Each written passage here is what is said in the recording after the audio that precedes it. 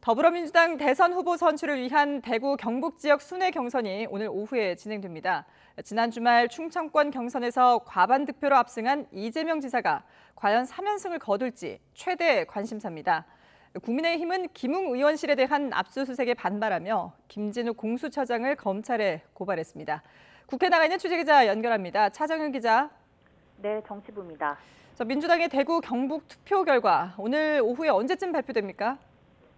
네, 오늘 대구 경북 지역 순회 경선 투표 결과는 오늘 6시쯤 공개가 됩니다. 투표 대상은 대의원과 권리당원, 현장 투표를 신청한 국민과 일반 당원 등 16,170명인데 온라인과 전화, 현장 투표를 합산해서 결과를 발표합니다. 이에 앞서 민주당 6명 후보는 오늘 오후 3시 반부터 대구 경북 지역 공약을 내놓으면서 합동 연설을 통해 지지를 호소할 예정입니다. 이번 경선은 지난 주말 대전 충남, 세종 충북에 이은 세 번째 지역 경선인데요. 관건은 충청권 경선에서 과반 득표로 압승한 이재명 지사가 3연승을 거둘지 아니면 추격자 입장인 이낙연 전 대표가 반등을 보일지입니다. 앞서 이 지사는 목전에 둔 지역 경선뿐만 아니라 본선 경쟁력을 자신하기도 했는데요. 의원직 사퇴라는 배수진을 친 이 전 대표가 지지층 결집으로 반전의 기회를 마련할 수 있을지 관심입니다.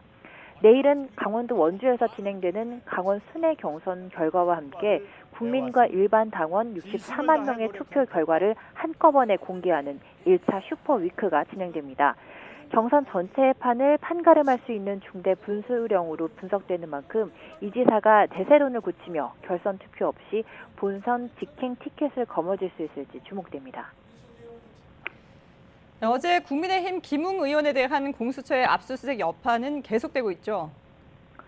네, 그렇습니다. 어제 오전 10시부터 시작된 김웅 의원의 국회 사무실에 대한 압수수색은 어젯밤 9시를 넘겨서 끝났습니다. 국민의힘 의원들이 과잉 수사라면서 반발해 무려 11시간 넘게 의원실에서 공수처 관계자들과 대치를 벌인 건데요. 결국 압수수색을 중단한 공수처는 강한 유감을 표명하며 향후 재집행 여부를 검토하겠다고 밝혔습니다. 국민의힘 전주의 의원 등은 조금 전 11시쯤 대검찰청 당직실을 방문해 김진욱 공수처장에 대한 고발장을 접수했습니다. 어제 진행된 압수수색 가운데 김 의원의 국회 사무실 압색은 완전한 불법이라는 겁니다.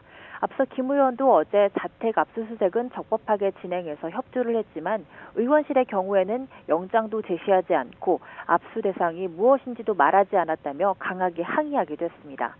이런 가운데 윤석열 전 검찰총장 시절 이른바 고발 사주가 있었다는 의혹을 제기한 조성은 씨가 최초 보도 3주 전쯤인 지난달 11일 서울 시내 호텔 식당에서 박지원 국정원장을 만난 사실이 확인되기도 했습니다.